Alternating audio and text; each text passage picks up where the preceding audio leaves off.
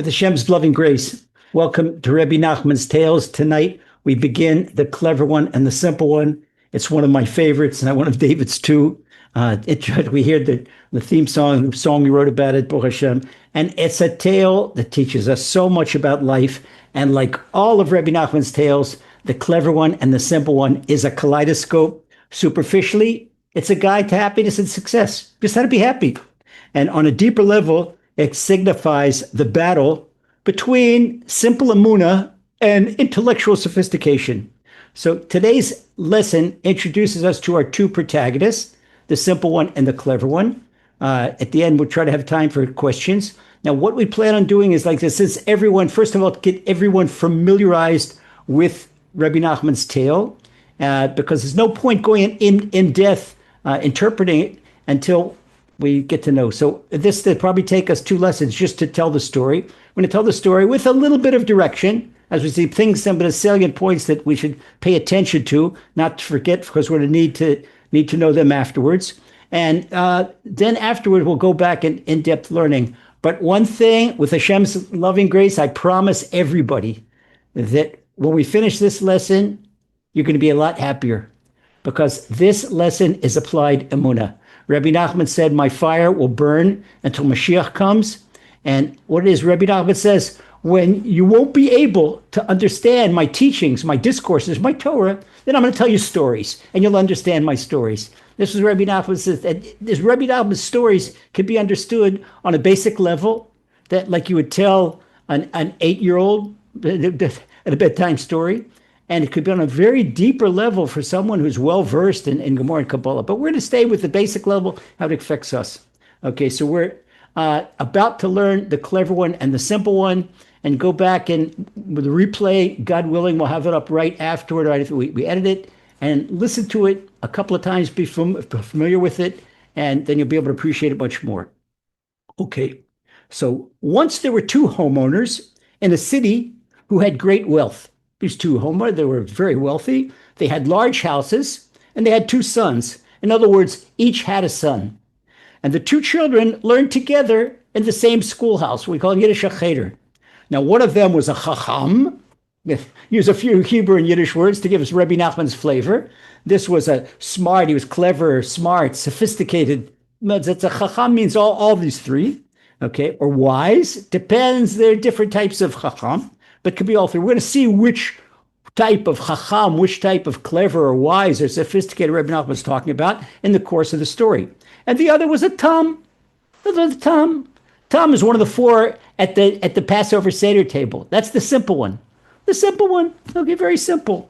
That doesn't mean he was fool or foolish, heaven forbid. He just had a simple intellect and no sophistication and no deep wisdom. Maybe the psychologist would say he's got about a 95 IQ, where the clever one would have like a 135 IQ. Really big difference. So even though one was chacham, one was clever, wise, and sophisticated, and the other was tam, the other was simple, they nevertheless loved each other very much, because their parents were, their fathers were best friends, and they learned together. There came a time when the 2 balabatim, the 2 householders, the estate owners, their luck declined, and they gradually lost their money. Finally, they lost everything, and they became destitute, and they had nothing left but their houses. So as the sons began to grow up, the fathers told them, sorry, boys, we don't have enough to sustain you. You're going to have to fend for yourselves. You have to go and work. Learn a trade and go and work. So that is the introduction to our story. We learned 2 fathers. Now we leave the fathers. We don't talk about them anymore. And now we're introduced to the simple one and the clever one, but they learn trades. Okay, so the first, Rebbe Nachman talks about the simple one. The simple one, he was very simple. So he learned an apparently simple trade. He learned to be a shoemaker.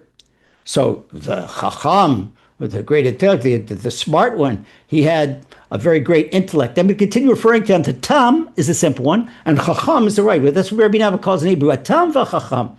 And by this way, gradually learn a few of the Hebrew ideas and Rebbe Nachman's vocabulary, because it's got a special flavor to it. Okay, so this was very discerning, very astute, and a very quick learner. So he didn't want to learn a common trade. His friend is becoming a shoemaker, a cobbler. It's on the low totem, low peg in society. He wanted to do something that's distinguished. So he decided he didn't know what to do. He'd travel around the world and find what to do. He'd travel around the world. Rebbe Nachman once tells us that, we see, there's different wisdom in all different the world. And one of his discourses, he says that by traveling around the world, a person becomes smart because you learn different types of wisdom that each one of the nations has. So as he was going to the marketplace, we're talking about the sophisticated one, he saw a large wagon with 4 horses, and they were speeding through, and he called out to the merchants, "Hey, where are you from?" They're from a little village in the shtetl, in the village in Poland. And they said, "We're from Warsaw." Warsaw, that's the big capital city. He says, "Are you going to Warsaw?" And they said, "Yes." And he says, "Maybe you need workers." And they saw that he was astute, motivated, he looked intelligent, and he looked like he was well fit. So they accepted him to give a, so he traveled with them and served them very well on the way. He became an apprentice to them, and he served them. So when they arrived in Warsaw, he was still such a brilliant person, and what we call a bar Havana. He understands very quickly. And so he says like this, look, he everything, he analyzes every situation philosophically with his intellect. There's no such thing as simple decisions. He says, since I'm already in Warsaw, why should I remain with these simple merchants? In other words, he used them, he served them, he worked his way from the shtetl, from the village to get to Warsaw. Now he's Warsaw. He says, maybe there's a better place. Okay, maybe we can find something better. He doesn't yet have anything better. But with his sophistication, he thinks that, oh, he's obviously smarter than these merchants. And there's obviously more intelligent merchants than these merchants and more successful merchants than these merchants. And they're probably merchants that are driving a fancier carriage. And maybe they have a chauffeur-driven carriage with the drivers, and they're better, more successful. So maybe I should look for them. So he says there's a better place probably. So I'm going to go search and see. So he walked around the marketplace and he began to investigate and inquire about the men who had brought them and whether what's their reputation like? Are they honest? Are they capable? Are they successful? So he started asking about the people that brought him from the village to Warsaw. And he wanted to find out if there would be a better place, possibly a better employment opportunity to stay with these people. Well, the people that he asked them, he said, well, the people that brought him, they're honest people and they're good people to work for. But it's very difficult to be with them because their business dealings are in distant places. And that's a fun thing. There's 2 important things. Look what Rebbe Nachman is showing. Rebbe Nachman is showing us 2 important points. When you're doing business with someone, that they're honest, that is really, really meritorious in business, have something honest, and they're good people. They're upright people. But they travel far and wide. They travel far and wide. So there is 2 great big advantages and 1 disadvantage. Okay, so the clever one, he continued, and he decided he'd leave them.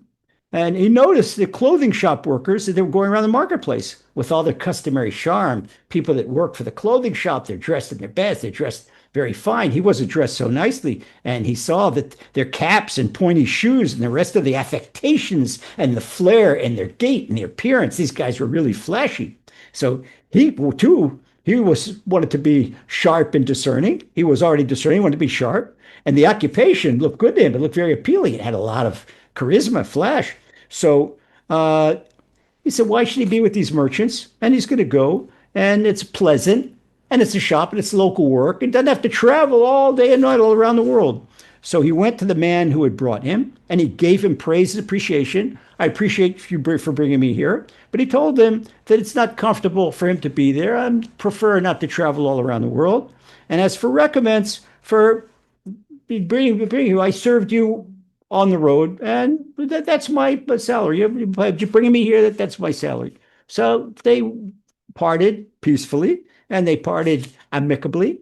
And he went and now offered himself to the clothing store proprietor. So the way the servant says, the first one has to be hired for less and then do heavier work.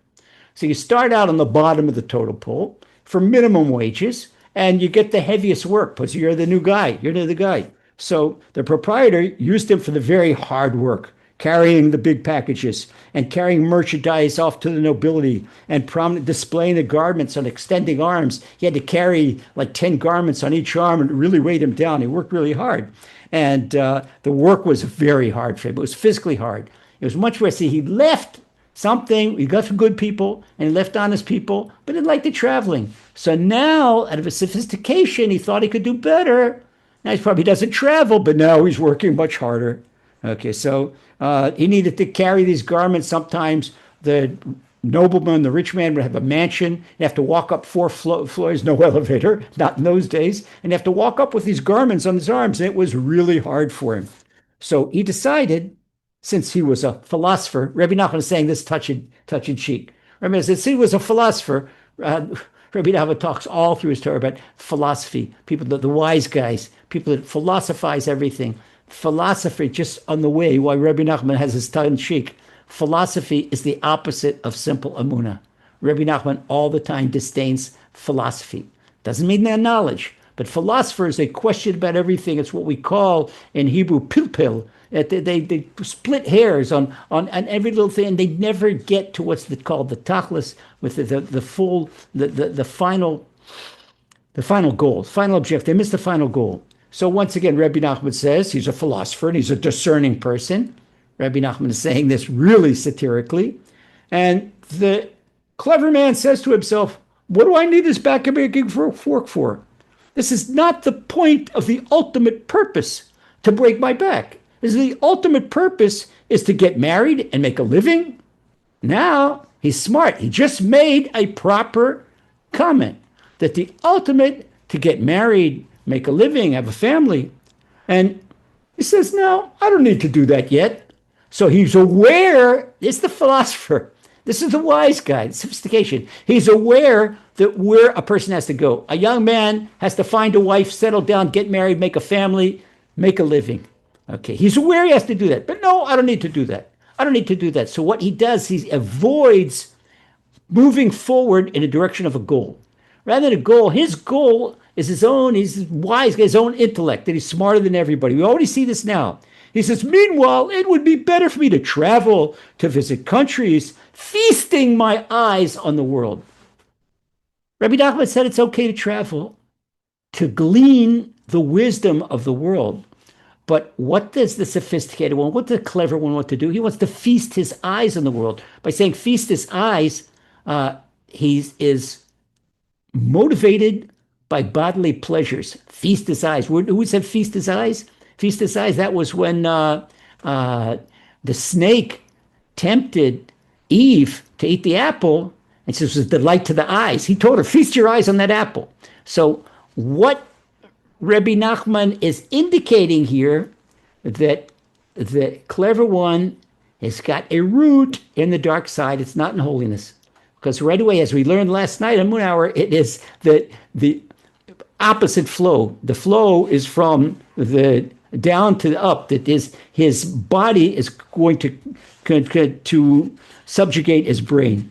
And his brain is very strong. So the body subjugate the brain. The body's animal urge is going to be very strong to subjugate his intelligent brain.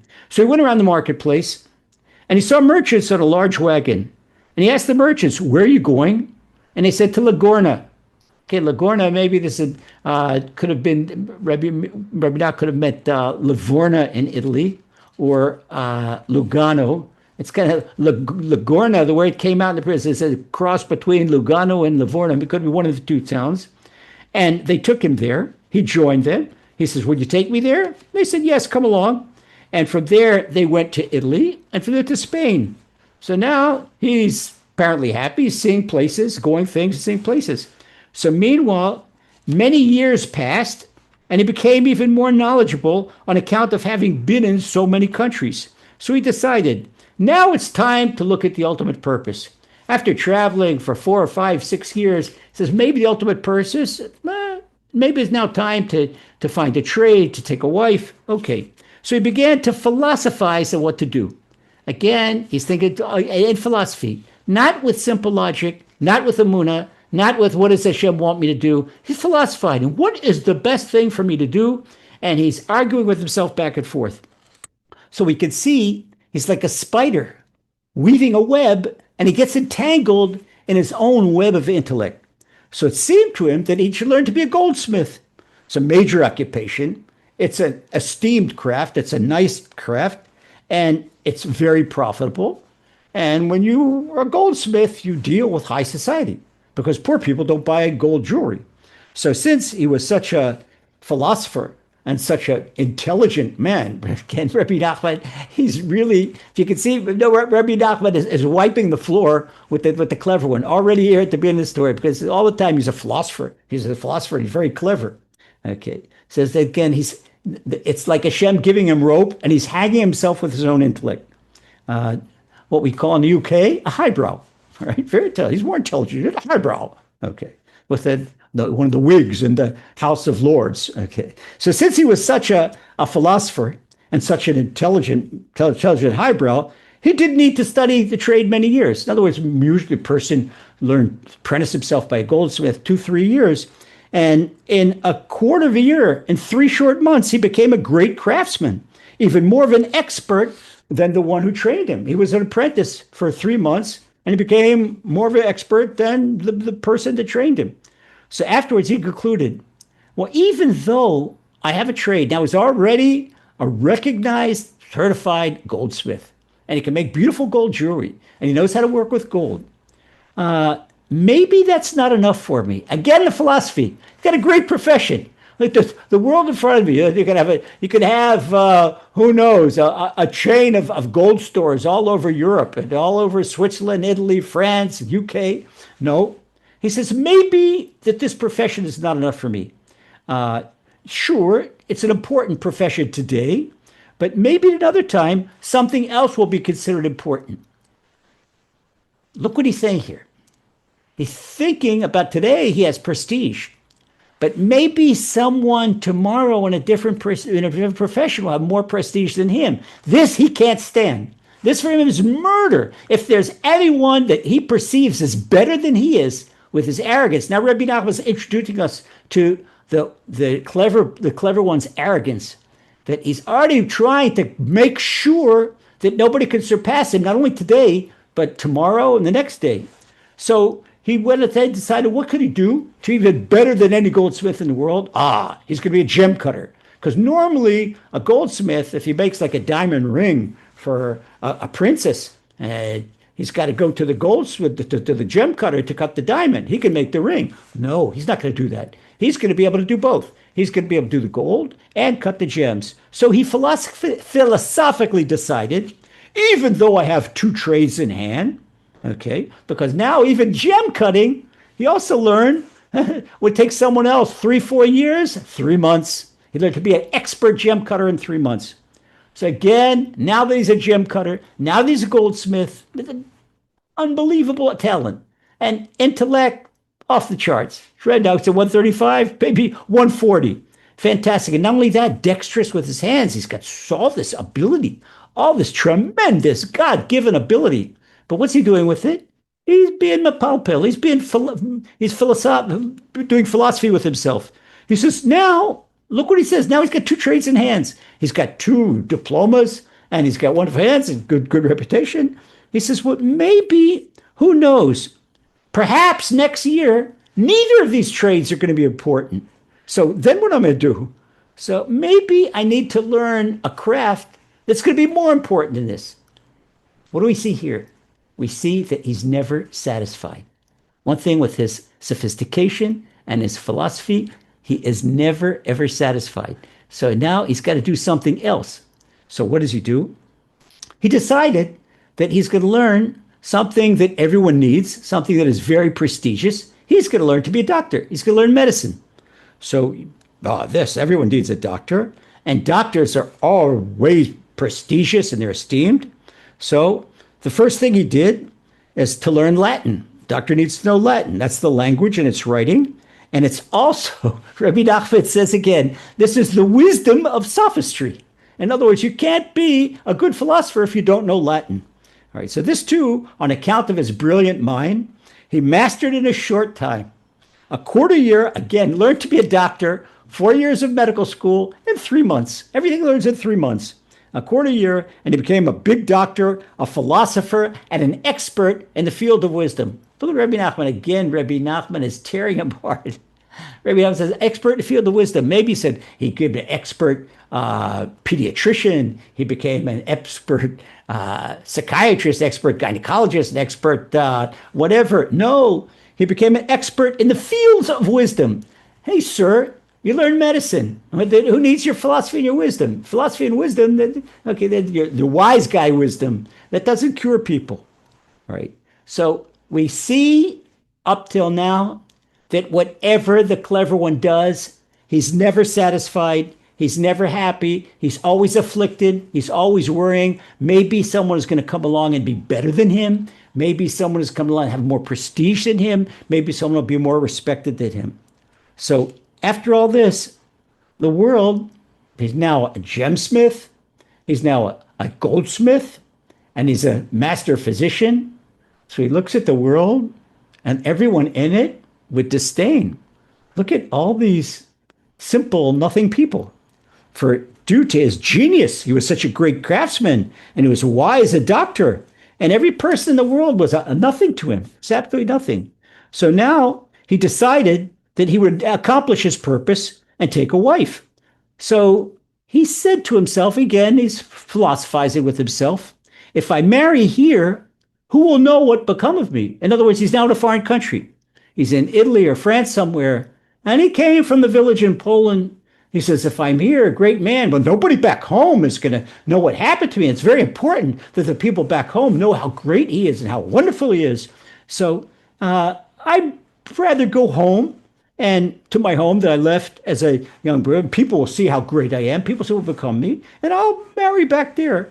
But I left as a young boy, but now I'm coming back like a hero. I'm coming back with such greatness. There's never been anyone in our village, in our country, and that has been so great as me. He's inflated and inflated and inflated and inflated with ego. That's ego. The gases of ego are inflected. They're choking. The gas is like a poison gas that wards off the oxygen. The gas of his ego is affecting his brain. So now he's not thinking at all logically. So he's not avoiding getting married. And you go, but maybe he's going now. By this time, he's in his 30s. He's down the road. And he's now decides to travel home. And he has tremendous afflictions on the way home, tremendous suffering. Why? He was so worldly and so sophisticated, so refined. He didn't find a single lodging up to his standards, not a single inn or hotel, nothing met his standards. Nobody cooked food that was proper for him, and he was always suffering. The bed is not good, the food is not good, the sheets are not clean, the innkeeper, always something wrong with someone. No one could serve him. He was less than King Farouk. Okay, always unhappy. Now we're going to put the clever one aside. I'm going to go back to the simple one. Okay. And let's tell the story of the simple one. Okay. The clever one, meanwhile, he's on the way home and he's very sad and afflicted and depressed and nothing satisfies him. Okay. Now the simple one. The simple man learned to be a shoemaker. And since he was a simple person, he had to study a great deal until he got it, until he understood what to do. And even then, let's say if a normal person would be apprenticed to a shoemaker for half a year, even after 2 years of apprenticeship, 4 times, notice that the clever one, he becomes an expert in 1/4 the time. And 4 times the apprenticeship, the simple one, he doesn't yet know the trade. He's not yet adept in the trade because he doesn't have expertise in the trade. But right away at the beginning, even though he doesn't make a living, Barry makes a meager living. He took a wife and he sustained himself from his work. He got away married right away. So we're talking about where 12 years maybe have passed with the clever one. He's 12 years bound, maybe he's 30 years old now. We're flashing back 12 years that when he first left with the wagon to go to Warsaw, that here's the simple one is starting out. The simple one is 18. And he apprenticed himself. And he takes a wife before he's 20. Rebbe Nachman is not explicit about the timetable, but we're understanding from the story the timetable. So he became apprentice shoemaker and didn't have complete expertise. And he took a wife, but he made a bare living with this his craft. So since he was a simple person, not such an expert, so his livelihood came with a great deal of difficulty, and it was very limited. He didn't even have time to eat because he always had to work. Always had to work. To make his meager living, he had no time to eat. So because he didn't have proficiency, and to get something done, he had to work all the time. So he was very diligent. He didn't have time to think. No thinking, and certainly no philosophy, just had to work. But I was working, he inserted the nail in a shoe, and he pulled through the cobbler's thread. And while he was working, he would take a bite, a piece of bread, and he would eat. But his simple man's customary behavior was always happy. He's always had a smile on his face. And he was constantly full of happiness, had nothing but happiness. And with all the foods and all the drinks, and glad he would say to his wife, "My wife, give me something to eat," when he'd come home late at night. And she'd give him a piece of dry bread, and he ate it. Then he'd say, "My wife, give me the sauce with the mushrooms and the buckwheat groats." And then she'd give him another little piece of bread. She'd cut him another slice. And he ate in praise. He says, "Oh, my wife, how wonderful and tasty this sauce is. And this mushroom gravy and this delight, this delicacy." He's eating a piece of dry bread. But while he's eating a piece of dry bread, he imagines every single taste in the world. This is spiritual eating. What is Rebbe Nachman telling us here? Rebbe Nachman is telling this is the secret of the manna in the desert. That the manna in the desert was heaven-sent bread. Whatever a person wanted to taste, if your favorite meal was Chateaubriand, then you could taste Chateaubriand. And if your favorite meal was French onion soup and you're vegetarian, you take French onion soup. If your favorite meal was pizza, you take pizza. Whatever you tasted, this is the heaven-sent bread. So Rebbe Nachman is teaching us, despite that he's poor and he has nothing but dry bread, he tastes, this is the heaven-sent, it's heaven-sent bread because he tastes all the delights of the world. And he says how wonderful this is. With each dish he'd ask for, "Oh, my wife, let me have another piece of another slice of steak." She'd give him another piece of bread. "Oh, this is so wonderful. And how well prepared you prepared this perfect, medium rare, just the way I like it." And he would speak to her as if he ate that dish. You would listen to him, and he ate that medium rare rib steak. And this, he would truly feel the pleasure that a person would have in a fancy steak restaurant. He felt with this piece of dry bread. And all the foods he tasted that he wanted. Once again, Rebbe Nachman is saying that he is so blessed. In his blessing, it is the secret of the manna.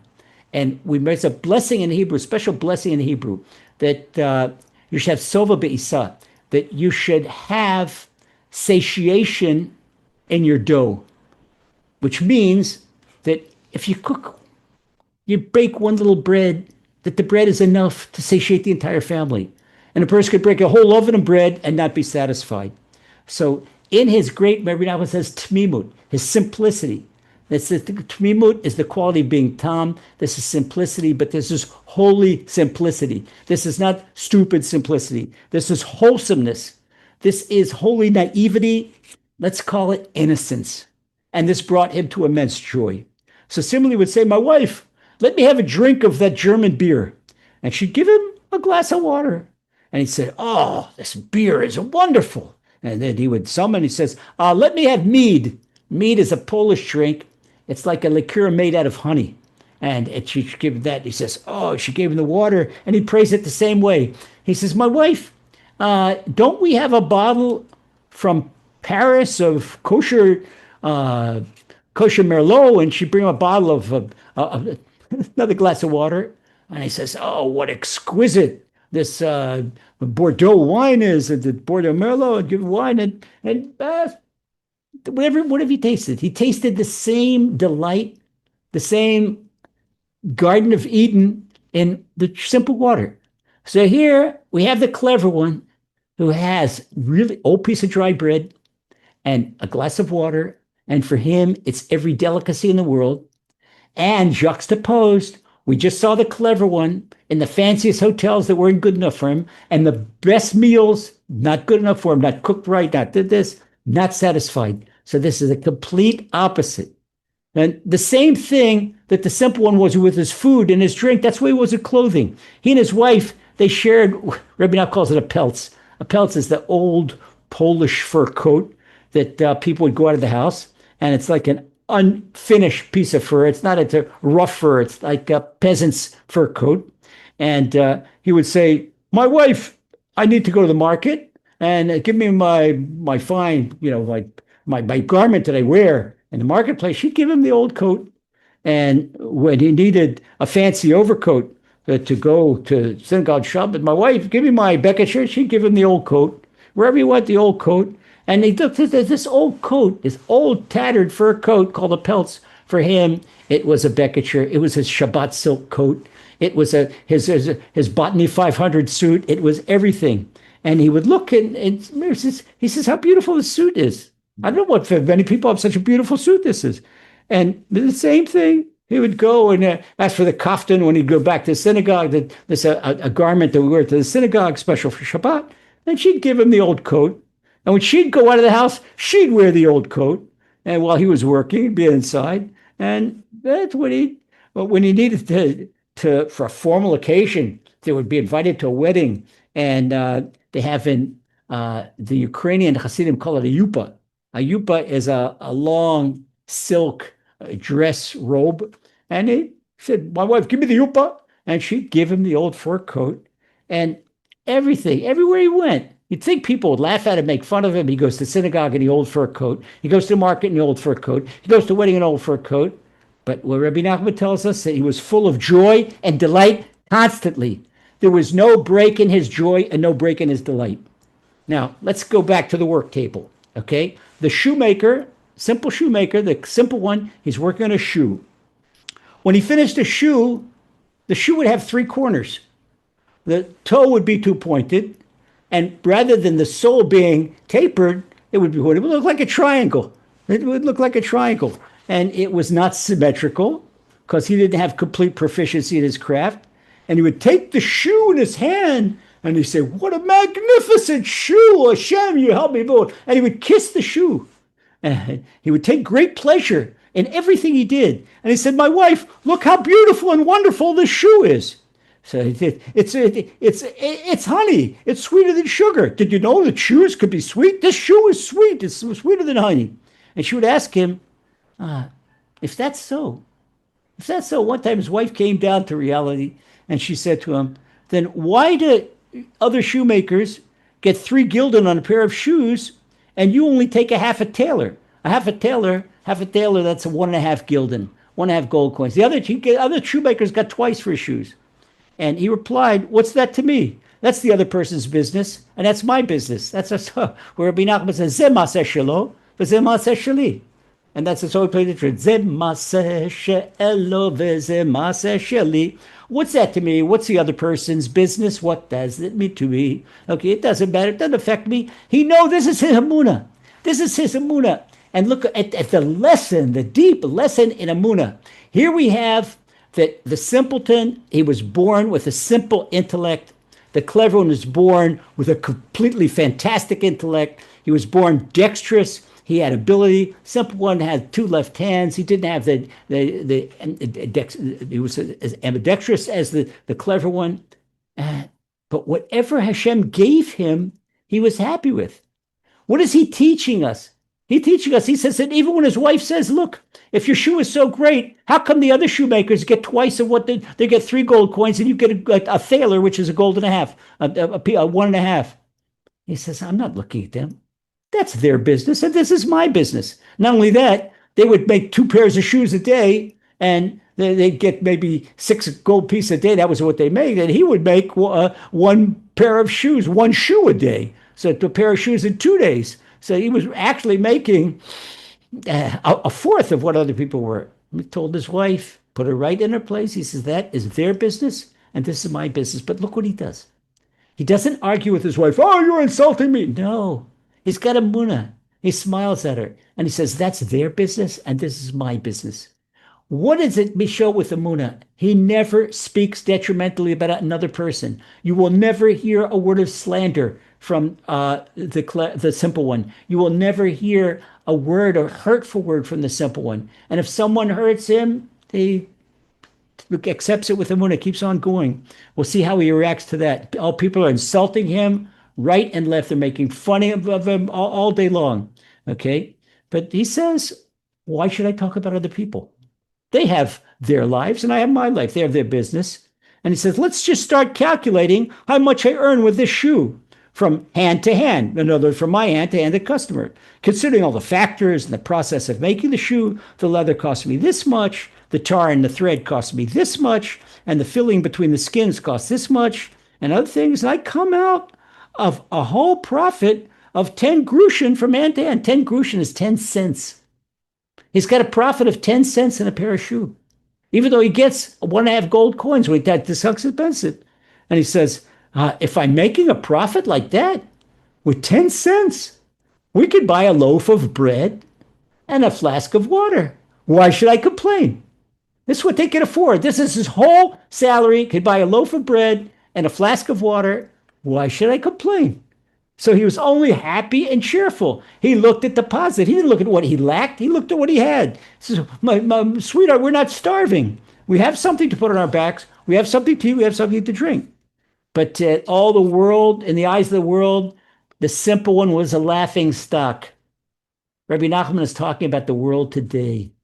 Talking about the world today. Look what people make fun of simple people. Simple people, and that's what they respect. Especially that they respect the highbrows, the clever, the intelligent, even though they're sad and they don't have a smile on their face and they're arrogant and they're trying back and forth to prove that they're better than other people. No, so you see the simple one. He's a laughing stock in modern society. Rebbe Nachman says prophetically. Okay, so the people, he gave them just what they wanted. He was a target where people could vent their, what are people that don't feel good about themselves, that they make other people a ladder. They step on bodies to go higher. And that's what they do. So they thought he was a lunatic. So they would intend to make fun of him every time they met him. And the simple man would say to them, you want to speak to me? Just no mockery. No mockery. And as soon as they answered him, oh, no, can he listen to them? And then they promised that they wouldn't make fun. Then he would listen. But he prefaced, simple as telling something else. The Gemara Tractate Nedarim says there's 4 types of people we should never talk to, and 4 types of people that we should never be. We should never take people, the ones who say Lashon Hara, the ones who slander. We should never speak to liars, the ones that can't tell the truth. We should never speak to Leitzanim, the ones that make jokes about other people. And we never speak to Chanfanim, the ones who make lying flattery. Flattery, it's not when you tell somebody, oh, you look nice to make them feel good. It's when you tell an evil person, oh, you're such a wonderful person, because you're afraid of them. That's flattery according to Torah. So what Rebbe Nachman is showing us now, that the simple one, morally, ethically, he's light worlds above everybody. And he says, okay, you want to speak to me? Fine. No tomfoolery, no evil speech. Are you really? You're willing? You have a clean tongue? Because if you don't have a clean tongue, I'm not going to listen. Yeah. And this itself, they made fun of that. Because he was telling him he was innocent, he was simple, and he didn't want to listen to their witticisms because it was all evil. And he would say to them, they make fun of me. He says, "So, wait a second. Okay, no. Look how he would answer a clever person. He'd say, why are you making fun of me? Because you think you're more clever than I am, right? So wait a second. If I am such a fool in your eyes, and you're more clever than me, is that your claim to fame, that you're more clever than a fool? Okay, maybe you should go to someone distinguished and try and compare yourself to him. But you're doing something really stupid. In other words, he would tear a person apart with his simple truth and logic. You're making fun of me? That I'm simple? You're calling me a fool? Okay, so that means you think you're better than I am. Wonderful. So now, this is your praise? That you're a little bit better than a fool? And this people were really embarrassed that they'd walk away. Okay, we're now coming back to our next chapter in the clever and the simple one, because the clever one is making his homecoming. And now, after years, like we're about maybe 10, 12 years down the road, they're both 30. The simple one is married. And you got to remember, the simple one, he continued. His father left him the mansion. He still has the house. He owns this nice house. Father didn't give him any money, but with working, they're making enough to subsist. They have bread every day and they have water every day. And meanwhile, there's a commotion in the town. The clever one is coming back to town. The clever one who traveled around the world, and he's coming with great pomp and sophistication. This is like the returning dignitary. And the simple man, he also came. It's his long lost friend to greet him with great joy. And he said to his wife, "Quick, my wife, give me the yuppah." He wants the silk coat for this wonderful occasion. So she gives him the pelts. She gives him the old fur coat. Okay, I'm going to go and greet my dear friend. So she gave him the pelts, and he ran to greet him. Now the clever one was riding pompously in a horse-drawn carriage with gold trim, and the simple man came to greet him and welcome joys with great love. He says, "My dear brother, how are you? I miss you so much. Blessed is God for bringing you and giving me the privilege of seeing you." Look how respectful he is to his friend, and how honest. This is simple. He respects everyone and his friend. But the clever one, he comes back. The entire world is nothing for him. So now he looks at his former friend, the simple one, and if the whole world is insignificant, then all the more the simpleton, the Tom. Rabbi Nachman reminds us Tom, just like remember Rabbi Nachman reminds with a what we call it, with very sarcastically, every time he rhymes, he's a philosopher and he's intelligent. Every time Rabbi Nachman says, he does say, he says a Tom. Rebbe Nachman doesn't say pashut. Pashut is a word for simple. Rebbe Nachman says a tam. Tam is innocent, the innocent one. Is innocent. And this innocence, Rebbe Nachman is talking about holiness, because his modesty, his humility is holy. He is far, we're going to see. We're going to see he is immersed in holiness, and we'll see where his holiness is going to take him. The clever one is immersed in arrogance, and we'll see where his arrogance take him. So now arrogance, as we know, is dark side, because Hashem says he and the arrogant person cannot dwell in the same universe. But humility, what does the Torah say about Moses? That Moses was the most humble man to ever walk the face of the earth. Moses was closer to Hashem than anybody ever walked the face of the earth. Humility is what enables a person to be close to Hashem. So since the Tam, the simple one, is so humble, he's very close to Hashem, his holiness. And now the clever one, he's already so arrogant, and Kochi Vosem Yodi says the power of my right hand. He doesn't see Hashem. He is not aware of Hashem. He doesn't know Hashem. It's all this philosophy in his brain. He thinks that's king. Okay. So meanwhile, their fathers had died, and their fathers died during the time that the clever one was traveling the world. And their houses were left as an inheritance. They didn't leave them any money because they lost their money. But the simple one who remained local moved into his father's house and claimed his inheritance. Look what happens with his simple mind, his innocence. He learns a trade early, even though it was difficult for him. He marries early, and he stays at home in the village, and he inherits his father's home. So he's got a beautiful roof over his head. But the clever one had been in foreign countries, and there had been no one to take care of the house, no one to receive the house, the inheritance. So the clever man's house became ruined, and it was lost. Nothing remained of it. Animals roamed in it, the thieves inside it. It just completely dilapidated, completely ruined, and it was a total loss. So he didn't have anywhere to live. So the clever one had no house to enter when he arrived, and he traveled to an inn, but he was so anguished there because if the inn in Rome and the inn in Paris wasn't up to his standards, what's the inn in the shtetl, in the village in Poland? It's not going to be up to his standards. So look what we see here. Look what we see here. The clever one with all his philosophy, he doesn't have a wife. He hasn't even started a life. He's got all these professions, and what has he done with them? And now even inheritance is lost. He's got nowhere, he's got a roof over his head. And the simple one, with his simple innocence, he's got a wife, he's got a roof over his head, he's got a livelihood. So the simple one now found himself a new occupation, a new time to occupy his time. He would constantly run from his house to the clever one and love and joy, and so what are you lacking in this hostel, in this inn? And he would bring him. And they noticed that the clever man was suffering from lodgings. So what did the simple man say to the clever man? He said, "My brother, come live with me in my house. Stay with me. I'll gather all my belongings in one bundle, and you could have my entire house at your disposal." He takes his wife and all their possessions, puts them in a little corner, and he gives this one single guy the whole house. Now, who could be arrogant enough to take a person out of his bedroom and to take over the whole house? "Oh no, you could stay in this one little corner." So he moved to the house and stayed with us. This was agreeable. This was agreeable. How can you can see the arrogance has no awareness, no feeling for anyone other than himself. So still, the simple one is always happy. The clever one is full of suffering. For he left behind a reputation of being a wonderful sage, an artist, and a great doctor. Okay, he's got this great reputation. So now a nobleman comes to him and ordered him to make a gold ring.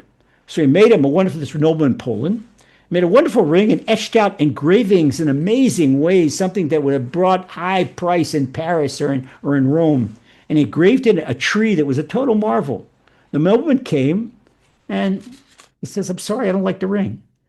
The clever one was devastated. He says, "What do you mean?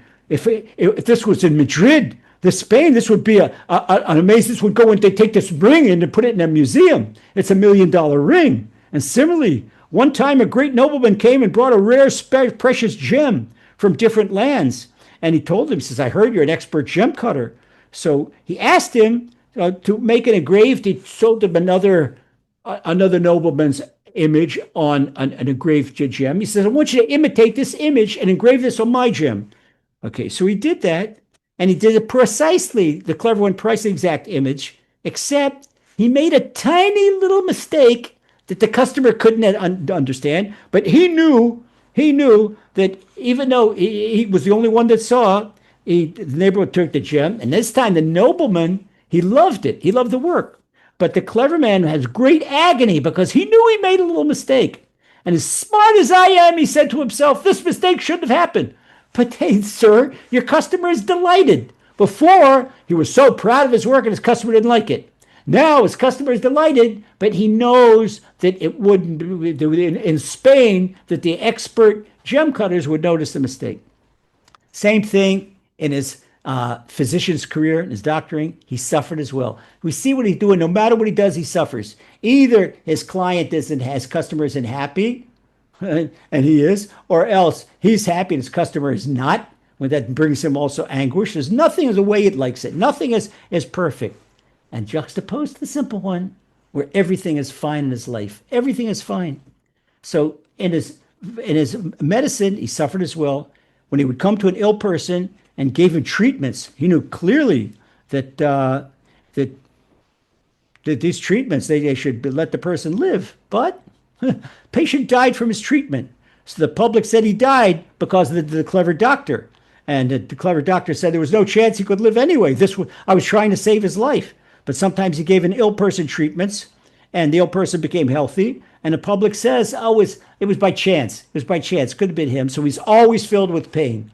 Either we do damage to a person, he'd be blamed. The public blame is because he's a lousy doctor. And when he would cure the thing, I said, "No, it would have been cured anyway." He never got credit. And this killed him. Take an arrogant person that doesn't get the prestige and the honor, the credit, the respect that he thinks he deserves. So when he needed a garment, he summoned the tailor, and he took pains till he brought him the exact garment to make his specifications according to his knowledge of fashion. Remember, he was apprenticed to fashion, and he knows about that. And the tailor understood the directions and made the garment just as the clever one wanted, except on one lapel, one corner of a lapel, it wasn't exactly what he wanted. In other words, the shape was not exactly what he wanted. So the clever one suffered great anguish from this because he knew himself that even though here in Poland they consider him handsome, if someone would perceive him in the south of Spain, they'd laugh at him. So he would be a laughing stock. In Europe, I'd be a laughing stock, and always look like an imbecile. So he was always full of suffering. We're going to stop right here. Next week, we're going to pick it up with an interaction with the clever one, the simple one, and because too much is too less. So with Hashem's help, next week we're going to continue on with the story And the story maybe take us another week or another two, but we can see, we look inside, Rebbe Nachman is teaching us a great lesson about emuna. Emuna, the barometer of emuna, Rebbe Nachman tells us, is for one to be satisfied with his or her lot in life. And that's it. That's how we test ourselves if we have emuna. We know there always things could be better. Now you can strive for better. People say, well, I can't strive for better. Yeah, sure, you could pray for something to be better. But in the meanwhile, thank Hashem for everything you have. And by thanking Hashem for everything you have, Hashem should give you many reasons to say thank you.